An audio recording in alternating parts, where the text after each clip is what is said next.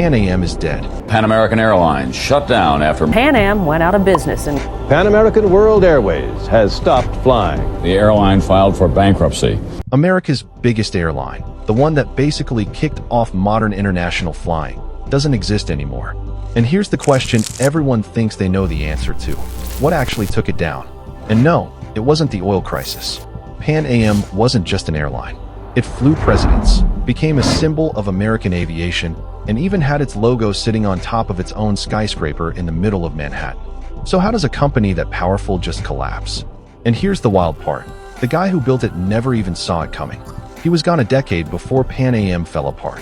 To understand what happened, we gotta go back to the guy who built it from basically nothing. His name was Juan Trippe, and in 1927, he was 28 years old with a chip on his shoulder and zero patience for the word no. Pan Am actually started as a fear play. The US government wanted an American airline near the Panama Canal before a German-backed carrier got there first. But Trippe turned that defensive move into an obsession. When people said routes were impossible, he hired Charles Lindbergh to scout them. Within 2 decades, Pan Am was flying across more than 60 countries, even building airstrips on remote Pacific islands just to make routes possible.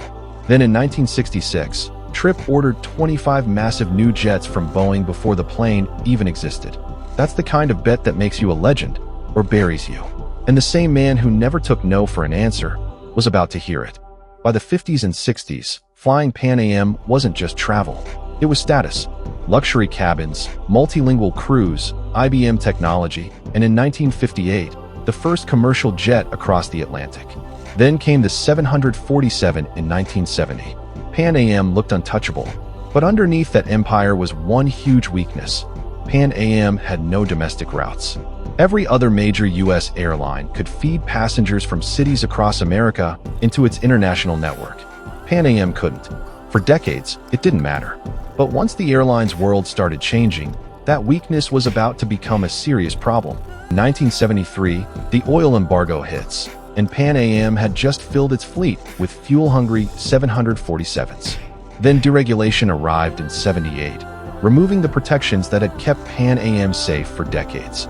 Pan Am tried to fix its domestic weakness by buying national airlines. The merger was a mess and drained cash instead. By 1985, Pan Am was selling the Pacific routes that had made it legendary just to stay alive. Then, 4 days before Christmas in 1988, Flight 103 was brought down over Lockerbie. 270 people died. And after that, something else died with them. The belief that Pan Am was safe. Bookings collapsed right when the airline had just posted its best quarter ever. And from here, Pan Am wasn't just fighting to survive financially. It was fighting to win back something an airline can't operate without: trust. But Pan Am wasn't finished yet. It finally had one last chance to fix the weakness that had been there from the beginning. In 1989, Pan Am pursued a $2.7 billion merger with Northwest Airlines, a deal that could finally give it the domestic network it had spent decades without. For the first time, the original problem had a real solution. Then the deal collapsed, and in August 1990, things got even worse. Iraq invaded Kuwait, fuel prices surged, and international travel weakened again.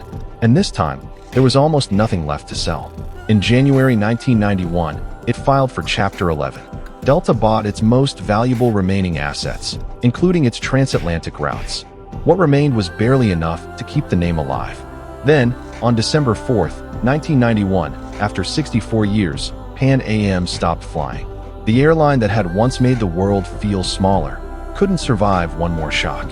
And if this kind of collapse story feels familiar, I actually covered another company that went through something surprisingly similar, Megabus. I'll leave that one right here if you want to see it.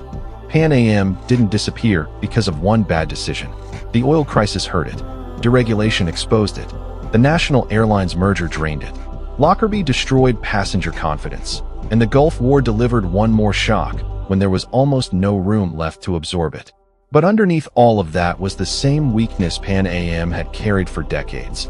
It built an extraordinary international empire without the domestic network that could protect it when international demand turned against it. Success had hidden that weakness for years. And that's the real lesson. A structural problem doesn't have to destroy a company immediately. Sometimes, success simply gives you no reason to fix it. Then the right crisis comes along. And suddenly, The weakness that seemed harmless becomes the thing that brings everything down.